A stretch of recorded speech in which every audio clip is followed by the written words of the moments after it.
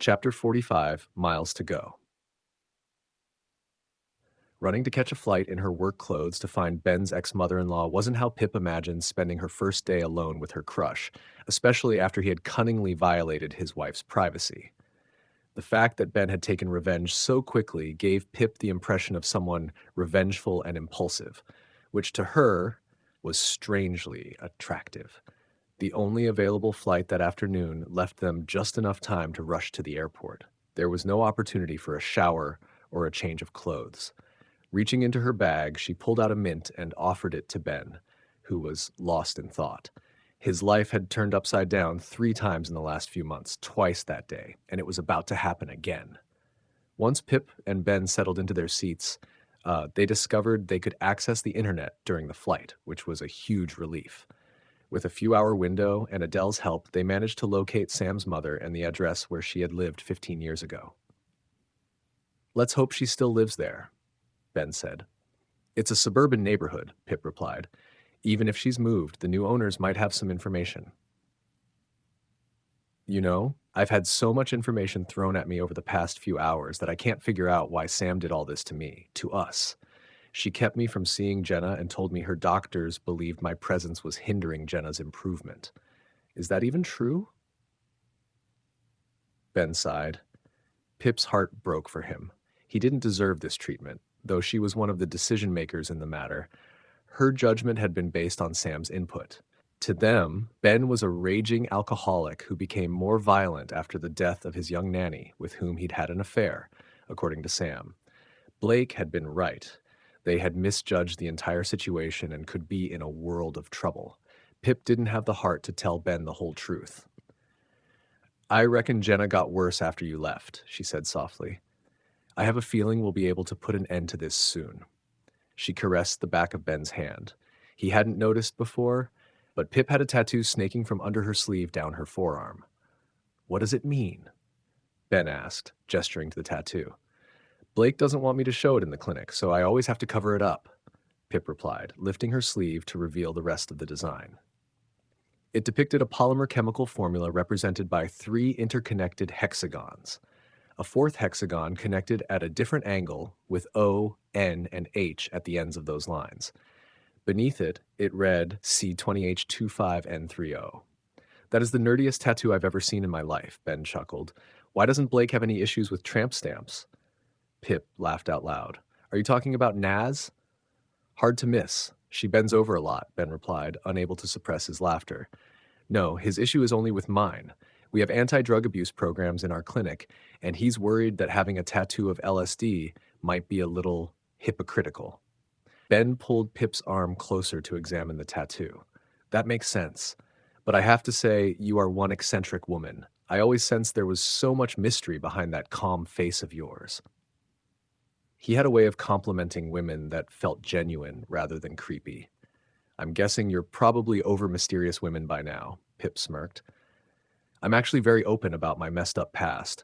You can ask anyone who knows me, but professionally, I can't share anything personal with you until our case is completely over." "Fair enough," Ben said, grinning. "I can't wait until it's over. I bet you were a wild one." Their conversation was cut short by the chime that signaled the seatbelt sign had been activated. The cabin crew swiftly informed passengers to return to their seats as the airplane began its descent. "We need to mentally prepare for this encounter," said Pip. "It's about a 2-hour drive from the airport to the house. We should get there before Granny goes to sleep." "Good idea," Ben replied. "I've already organized a rental car online." After landing, they wasted no time getting to the car and driving toward their destination. "Thank you for wasting your weekend on my family issues. I'm sure you had better things to do. How did your partner feel about this? I bet he wasn't too impressed." "I don't have a partner, and those random guys in the bar are very understanding." "Those guys are keepers, all of them," Ben chuckled.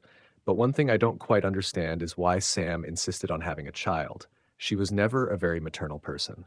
She didn't care about Jenna as much as Lucille did. And I always thought maybe because Jenna wasn't her blood, she couldn't make that connection. But she was blood-related." "The selfish gene," Pip mused. "Our DNA is programmed to live on in the next generation. In Sam's case, she's got exceptional genes. She's a 6 foot tall, attractive woman, wicked smart, and in her 40s without an ounce of fat. Being a raging bitch burns a lot of calories, Ben mumbled. Also, she runs a lot. Pip laughed. Since working with Jenna, I've been studying more about psychopathy, even though it isn't quite my area, but I am amazed to learn how easily. One example used in the research was about a wife and mother of two who was raised in an ordinary family with no history of violence or mental illness. Yet one day, this woman wakes up and commits a double homicide in cold blood. Ben guessed she caught her husband with another woman? Correct. A few days earlier, her husband confessed that it was only a physical affair and that he didn't care about the woman. She understood, and they decided to give their marriage another chance. A few days later, she accidentally spotted him with the same woman, hand in hand, walking out of a shopping mall. In a fit of rage, she ran them over in her car, killing them both on the spot. Good on her. She should have killed him when she heard about the affair, said Ben. It's interesting you said that. One theory about men's reactions toward affairs suggests that they tend to take action when they discover a physical affair. They don't wait to investigate the nature of the relationship. Because we are more impulsive and less forgiving, Ben postulated. Pip replied, the difference, once again, relates to our selfish genes and survival instincts. Females know that their children carry their genes, and they rely on a male for protection and shelter. So, a fling may not pose a significant threat, but when a man becomes emotionally involved with another woman, he might leave her and the children unprotected. Ah, I see, Ben said. Males don't have that security, so our only chance of assurance is a sexually faithful partner. That's why I couldn't understand why she didn't deal with that jerk earlier. You're exactly right, so seeing them shopping together appears to hit harder than them sleeping together. Wow, Ben chuckled incredulously. It must feel really good being able to see people inside out, he added. Yeah, you'd think so, but not really. How are you feeling about the old lady we're about to meet? Nervous? Pip asked, looking at Ben's face, trying to gauge his reaction. I am a little. I've never even seen a photo of her. I'm assuming she's Sam in her 70s or 80s, so... Terrifying, Ben said. Let's visualize her then. She's an elderly lady who has lived in the same house. No husband, no grandkids around, so I'm guessing her house decoration hasn't changed in a long time. I'd say it still has a 60s or 70s style. The kitchen walls are blue, and the flowery wallpaper is still there. Do you think she's a religious person? The only jewelry she has given to Sam is a golden cross necklace. What do you think? Sam does have that tormented by religious parents look, so I'd say any corner you lay your eyes on will have signs of the Lord and acquaintances. So, half Rosemary's Baby, half Carrie?